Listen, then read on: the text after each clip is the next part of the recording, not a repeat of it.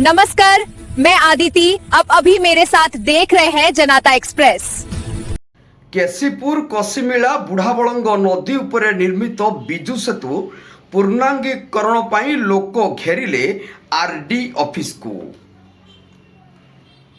बिजु सेतु योजना माध्यम अर्थ मंजूर कराइबा फल 2018 मसीह आरंभ होइतिबा पोलोटी 80 भाग कार्य शेष होइतिले सुधा भारत सरकारंकर वाटरवे विभागर भूल निष्पत्ति कारणरू मई मास 2024 मसीह कार्यटी हठात बंद होइजिबा और अंचलवासी उद्वेगर कारण होइछि।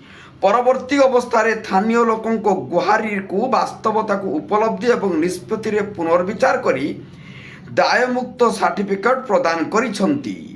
5/1/26 संपृक्त पोलो निकटरे अनुष्ठित जनसमावेश को विधायक सरपंच को उपस्थित रे संबोधित करी कार्यटी 2 मास भीतर आरंभ होबार दृढ़ोक्ति प्रकाश करथिले।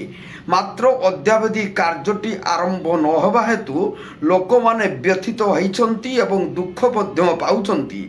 एणु सेमाने आज 5-7टी गाँवर लोक एवं 2टी पंचायत जोटा कि हूँ बुआल एवं नगरम पंचायत बासिंदा एवं कसिमिलार ग्रामवासी माने आरडी ऑफिस को घेराव करिसंती। हेलो दोस्तों, मेरे चैनल को लाइक सब्सक्राइब जरूर करना और जनता एक्सप्रेस देखना ना भूले।